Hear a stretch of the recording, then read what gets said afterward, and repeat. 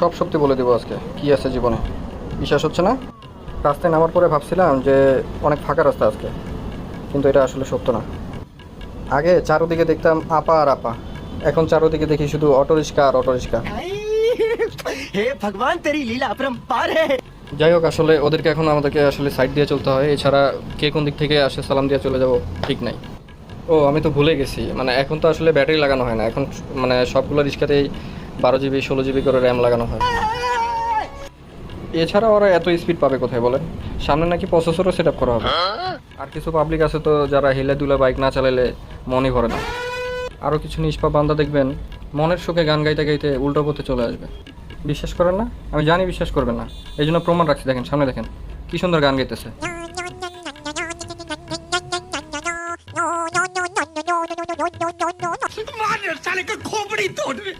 যাই হোক, সব কিছু মেনে নিয়ে আপনাকে ঢাকা শহরে বাইক চালাতে হবে, কিছু করার নেই।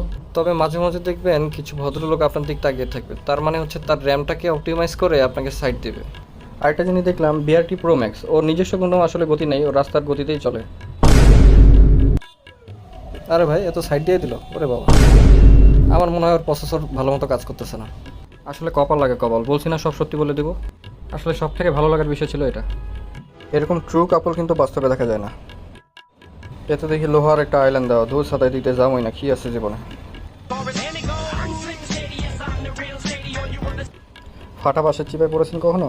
এই দেখেন আমি পড়েছি। যেদিকে যাবেন সেদিকেই শুধু জ্যাম জ্যাম আর জ্যাম। ধূর ছাতা, এদিক দিয়ে আর যাবোই না। এই পাইছি, যদিও আসলে এদিক দিয়ে ইউটার্ন ছিল না, এটা রিসেন্টলি করা হয়েছে। বসুন্ধরার রাস্তাটা একটু ফাঁকা আছে, দেখি এদিক দিয়ে যাই, কি আছে জীবনে। দেখি এই গাড়ির পিছে পিছে যাই, কোথায় নিয়ে যায় দেখি। ও এই সাইডে একটা গলি আছে অবশ্য, দেখি গলি দিয়ে যাওয়া যায় কিনা। ওরে বাবা, এই গলিতে দেখি IELTS স্পোকেন কম্পিউটার কোর্স করা যায়। ঢাকায় আসলে গলিতে গলিতে সবই সম্ভব। ধূর ছাতা, কি আছে জীবনে। যাই হোক, ম্যাডামও দাঁড়িয়ে আছে, শিক্ষার্থীরা দলে দলে চলে আসতেছে। কিন্তু আসলে ক্লাসরুম কোথায়? এ তো ক্লেমনের বিজ্ঞাপন দেখা যাচ্ছে। এই গলি তো শেষ হয় না, মানে এটা কোনো কাজ হলো? হ্যাঁ, ধূর ছাতা, সামনে যায় দেখি কি আছে জীবনে। আরে এই গলি তো দেখি শেষই হয় না, তো মহাযন্ত্রণা। নদী, সাগর, নালা দেখি সব এই গলিতেই পাওয়া যায়। মানুষ যে আসলে কী জন্য কক্সবাজার ঘুরতে যায়, এই গলিতে ঘুরলেই তো হয়। এই গলি তো ভীষণ বেয়াদব, শেষই হতে চায় না। আচ্ছা, এই গলি তো চেনা চেনা লাগতেছে, এটা তো আমার বাসার গলির মতো লাগতেছে। তাহলে কি আমি বাসায় চলে আসলাম? এটা কোনো কাজ হলো? হ্যাঁ, চাইছিলাম কত জায়গায় ঘুরতে, তা আর ঘোরা হলো না।